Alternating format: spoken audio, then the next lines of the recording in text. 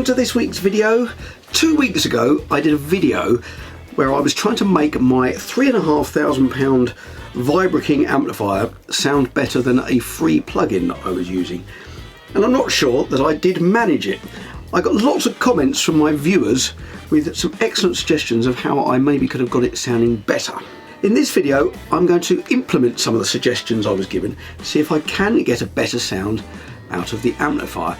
Now, before I do that, I'm going to show you a little clip of me playing this opening riff from the track I was doing with 3 different setups. Firstly, well, I'm not going to tell you the order, but there's 3 different setups. One of them is going to be the amplifier mic'd up, the £3,500 hand-wired Vibro King amplifier.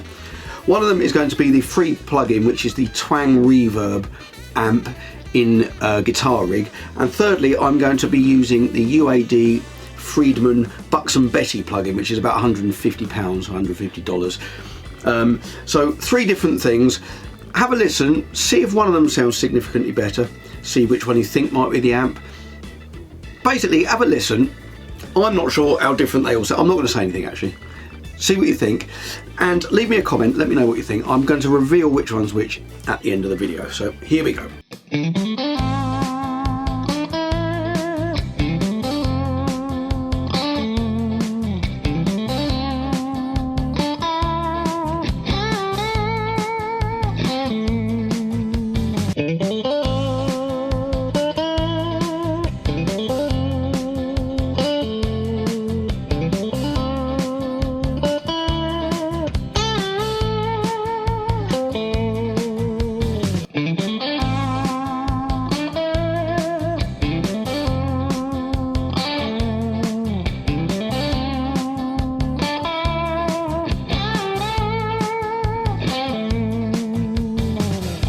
As I said before, I got lots of helpful comments about how I could maybe get a better sound than I was getting with the amplifier. Right, let's look through the comments.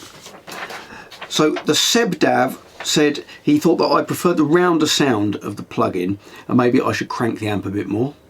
A few people said about cranking the amp. Digital Chris, yeah, hi Chris, he leaves lots of comments, which is very nice. He suggested moving the mic further away from the amplifier. He prefers that sound, and yes, I agree. I think that's definitely a good option. Tom Mid, crank it up. Another vote for cranking it up there. Guitar and Gizmos, that's Thor. Now he left me quite a lengthy comment. This was very useful. He suggested the Sennheiser that I was using, because I like the sound of it when I'm doing it live, isn't as good as maybe using an SM57. And I have to agree, there must be a reason why forever since it's been invented the SM57 has been the standard on guitar amps. There must be a reason for it, and it probably is better to record with that than the Sennheiser. So that's the first thing I'm going to do, is move to an SM57, as you'll see shortly. So thanks very much for that. And he also suggested using a second microphone. He said either a ribbon or an SM7 further away from the amp. Now I've got an SM7, I don't have a ribbon mic. I didn't quite do either. I did use the suggestion of using a second mic. I'll show you in a minute why and explain why, but thank you for that thought. Michael Murray suggested that afterwards I could maybe add a bit more of a room sound using a good reverb plugin, and I did manage to do that, so keep watching and you'll see what I did there. And Jim Amsden, he's left me lots of comments recently, which is very nice, and he suggested one thing, practical thing, was to shine a torch into the, I keep looking down here because this is where the amp is, shine a torch into the amp so you can see where the speaker is, which I've done, and also to move the mic back. So several excuse me, so several things that people have suggested here: crank the amp, move the mics further away, and use a second amp and a room plug-in. So I'm going to do all of that, and I'm going to show you what I did. So here we go. Now I can't really think of a very elegant way to present this part of the video, so what I'm doing here, I'm down in front of the amplifier. What I've got is an SM57. Let me see if I can point that down. I've got an SM57 here, which is about that far, a couple of inches from the speaker cone. Now I used Jim's method here of using my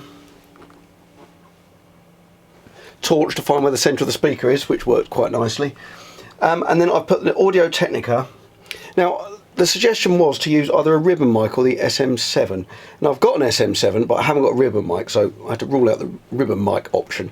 But the SM7 is over there on my stand on my desk, and it's quite difficult to take off and rewire and everything. So it's a pretty established method to use a large diaphragm. This is a medium diaphragm condenser mic, kind of off axis, as long as it's not too loud and it doesn't distort it. And this isn't deafeningly loud, so that's the setup. Now the other thing that somebody very kindly wrote was WTF, an acoustic guitar right next to a mic'd up amp, which, despite the way they said it, they were right. And I can hear it resonating as I'm speaking. It didn't matter when I had this Sennheiser dangled over the front because it was close mics, you couldn't hear it, but you will pick it up on here. So I'm going to shift that in a second. But yeah, and I've moved that back as suggested away from the speaker grill. It's kind of pointing, it's pointing directly, but kind of, so there's the centre of the cone and it's kind of pointing to one side of it. Yeah, I think that's it. Oh, and let's just shift this up slightly so you can see the way to make this amp break up a bit more at slightly lower volume is you boost the EQ. Basically, if you turn the EQ off, then you end up with no sound at all.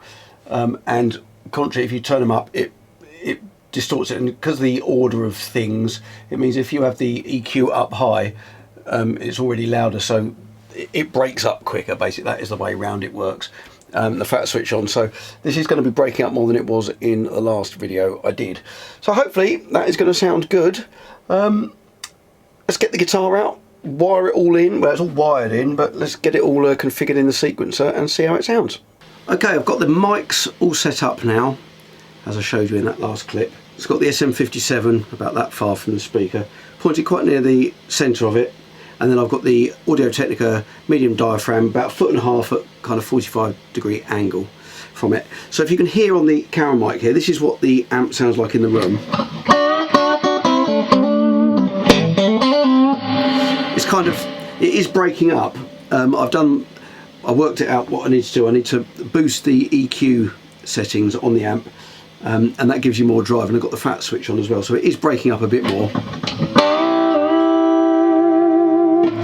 So it's a nice sound in the room. I mean, these are great sounding amps. Problem here, and I'm going to keep coming back to this, is with my workflow, having that in here is really loud, and I'm paranoid about, I don't want to go over and over things because I'm paranoid about upsetting the neighbours, etc. So I'm not in a soundproof room, and that is loud. Right, so I'm going to do a take now so you can hear what it sounds like in the room.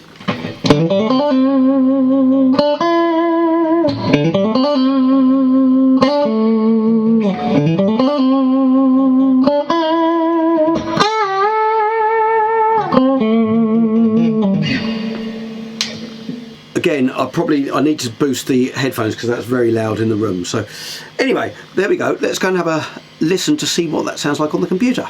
So these are the two mics. Let's listen to the SM57 first. So this is dry, I haven't processed this at all.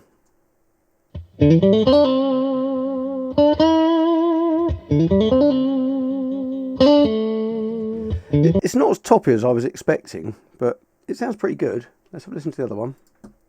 I'm always worried with the close mics one, it's going to sort of sound sterile and toppy, but that doesn't. There's quite you get that proximity effect with a SM57. It's like when you sing into it, you get loads of bottom end. As soon as you pull away, you don't have to pull away too far, and you don't get any bottom end at all, which we're getting here. So let's have a listen to the Audio-Technica. This is the medium diaphragm condenser mic, which is about 1.5 foot away at a 45-degree angle.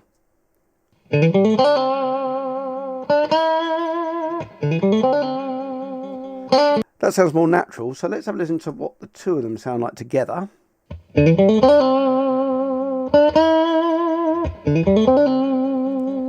That sounds pretty good, and what I've done actually is I've switched the phase on the second one, because when I zoomed in, now I think this is right, I'm probably going to get somebody telling me I've done this all wrong, but the signals seem to slightly, actually no, they're not now.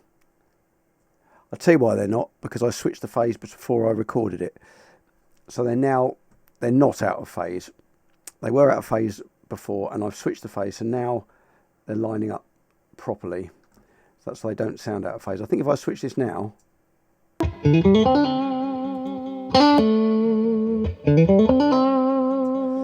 anyway, I don't really understand this, but I think I've sorted the phasing problem out.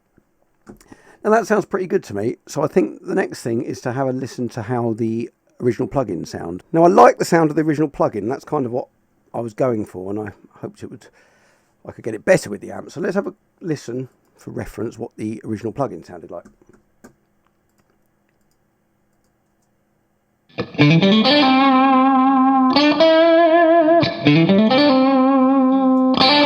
still think it's a good sound. It sounds quite harsh actually compared to the amp.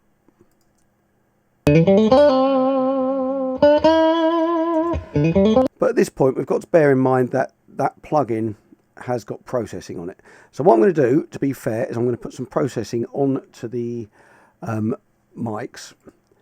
And what I've done, I've already done this, I've got some compression. So this is the compression on those two guitar tracks. So let's have a listen with the compression.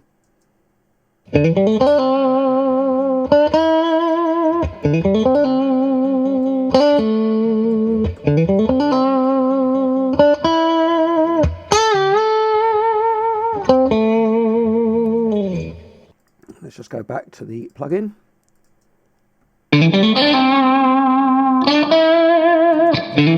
So in isolation, the amp sounds much warmer, but I guess the thing is, it's when it's in the track, how does it sound? The other thing I'm going to do, as per someone's suggestion, is I'm going to put some room on there. Someone suggested using a good reverb plugin, but even better than that, I've already added it, so let me show you what this is. This is the Ocean Ways plugin, so you're adding the sound of the Ocean Ways Studio to your sound. So this is what it sounds like with the Ocean Ways plugin on it. Actually, sometimes you need to re-solo these for it to work. Here we go.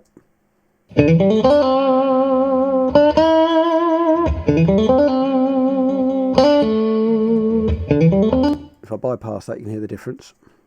Let's add it now.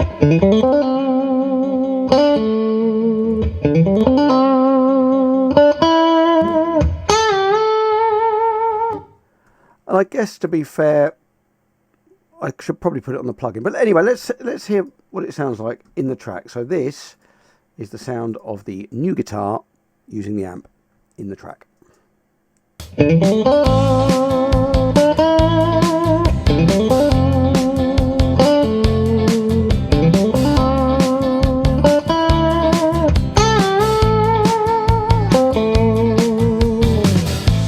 let's go back to the plugin, see how that sounds.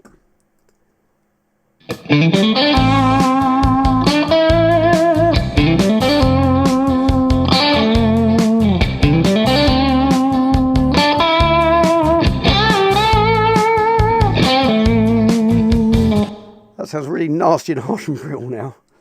I think I might have changed my mind on this. But what I've also done here, out of interest, now I just need to copy this across. I've loaded on this plugin. This is the Friedman Buxton Betty. This is a UAD plugin. Now this is a reasonably expensive plugin. I'm not totally sure. Hang on, let me look this one up. So there's a £150 plugin compared to a free plugin compared to a £3.5 amp. I've put a kind of Strat preset on here. I pulled the input gain right down. I've added some top and some presence, pulled the bass and middle down.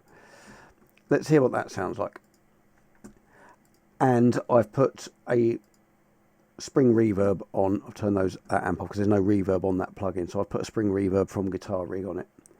Haven't added any room to it yet. So let me just play the Buxton Betty plugin. It has got compression on it. Let's just bring that up so we can see it. Here we go. This is just it on its own.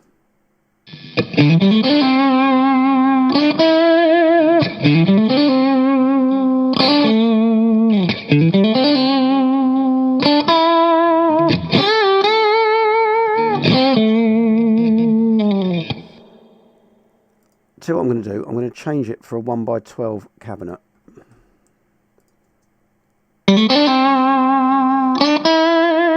I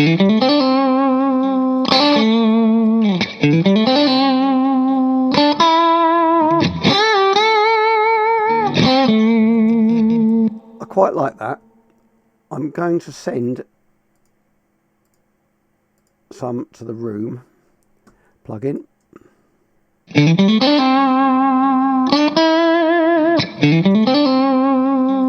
going to turn up the reverb a little bit, spring reverb.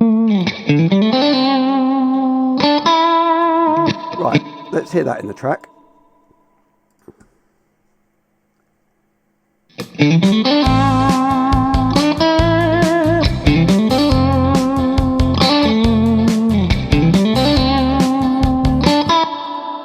The free plugin.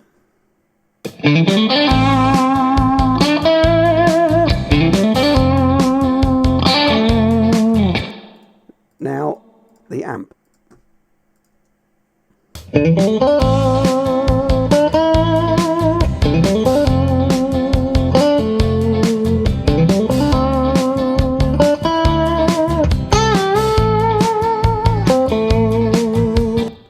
going to turn the room down.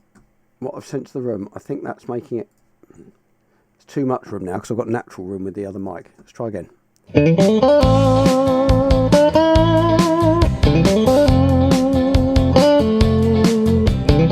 It's still not working as well when it's in the track. Let's try adding the, I did this on the last video, I added this Culture Vulture in to give it a bit of drive. Let's try that. Let's just listen to it on its own.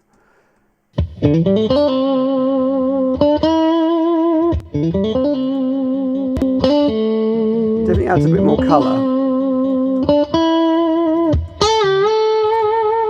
That still didn't seem to be sitting as nicely as before. So what I've done, I've put this EQ on. This Pultec EQ, and I've boosted some high frequency here. Let's have a listen. Without the EQ.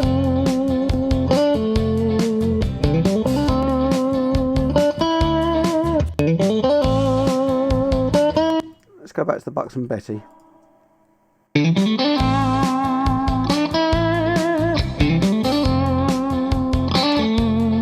They sound very different. This is really difficult to know what's best. What do you think? Please let me know. I think I've got a good recorded sound here with the guitar, but it's still, I don't know whether it works in the track as well as the other versions. Which one sounds best? Does going to all that trouble of miking up the amp and then fiddling around with it afterwards warrant the improvement in sound over the plugin, which I merely click on the computer for it to work? I'm not sure. And also, could you tell from the examples that I played at the beginning? Before I reveal which was which from that video clip at the beginning, I just want to mention a few things. I've mentioned it in passing. I have to say that with my workflow, the plugins work much better for me, and I think I play better with them, mainly because of the volume thing. That I don't want to be going over and over the same thing when I've got the amp blasting out in here. It's also a bit uncomfortable in this small room. It's not ideal really. If you're going to be miking it out, you need it in a separate isolated room. So that's one reason why I prefer using plugins most of the time. Secondly, the plugins are much easier. I mean, it's taken me ages, loads of fiddling around beforehand before I can record the guitar with the amp, and then having to fiddle around with loads of plugins afterwards to tweak it and EQ it and everything, because most of that's already done in the plugin. So that's another vote for the plugins for me. And perhaps most importantly, and this isn't so much when I'm recording my own songs, but when I'm recording the sort of radio jingles and things like that I do, that sometimes it comes back and I have to replace certain parts, and if I've DI'd the guitar, it's much easier to match up the parts. So I'm just replacing one little bit. What I've had to do in the past, I go in and I turn all the plugins off that I've applied, and I can hear which pickup, which guitar I was using, and I can just match it up, add an extra bit in, or whatever I have to do, and then it all matches up. If I was having to do that with a mic'd up amp, it would be much more difficult. It would be very difficult to get it to match afterwards. So that's another reason why, for my workflow, the plugins are better. All that being said, when I'm playing live, I much prefer using an amp. And maybe if I was recording in a room, doing a sort of live recording, it'd be nice just to have the amp there if I'm not using headphones. If I'm using headphones, again, if it's close mic'd, sometimes using something like the Cortex would be just as good. Well, I hope you enjoyed this week's video. I've enjoyed making it. It's been very interesting. Please leave me a comment, hit subscribe and the bell if you'd like to see some more videos I'm making. I bring out new videos at 7 PM UK time every Friday. Now I'm going to leave you with the 3 clips, the amp, the free plugin and the $150 plugin, and I'm going to label them up this time so you can see which one's which. So please leave me a comment. Let me know if you got it right earlier on. I'd be very interested to hear. Well, I think that's about it for this week, so please tune in. Hopefully see you next week.